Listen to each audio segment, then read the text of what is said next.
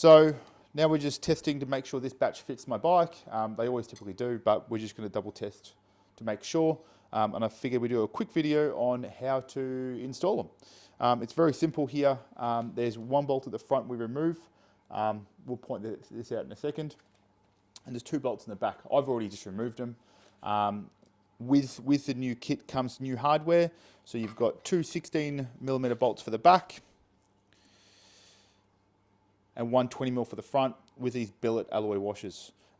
This tray is obviously uncoated because obviously after test fitting I'll powder coat. Though I actually don't mind the silver, so might be something we offer in the future.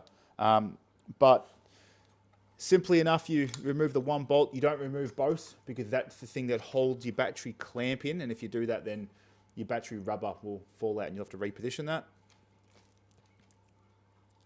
But once you get your first bolt situated at the front,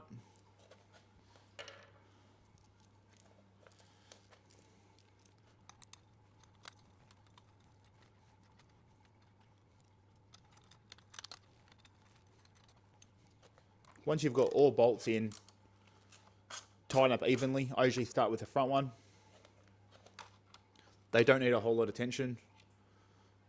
Just something that's not going to make it rattle on the track.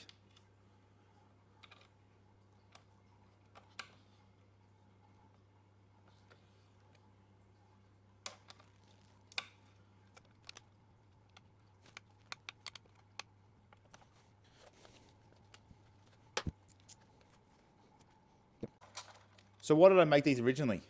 If you haven't faced it already, you'll find that as much as I love this bike to death, there was one problem I found really quickly in early days. And that was that under this bash tray that we've made, there's a plastic skid plate. The problem with it is it's there to design to make it really easy and fast to remove your battery, which is great.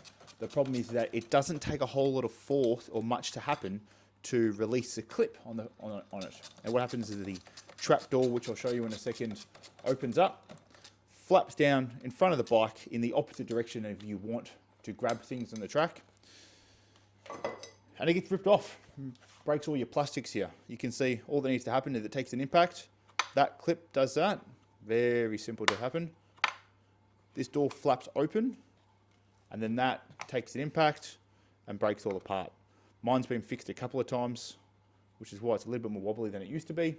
And that's why I made it. So the skid plate holds all that down, covers over the top.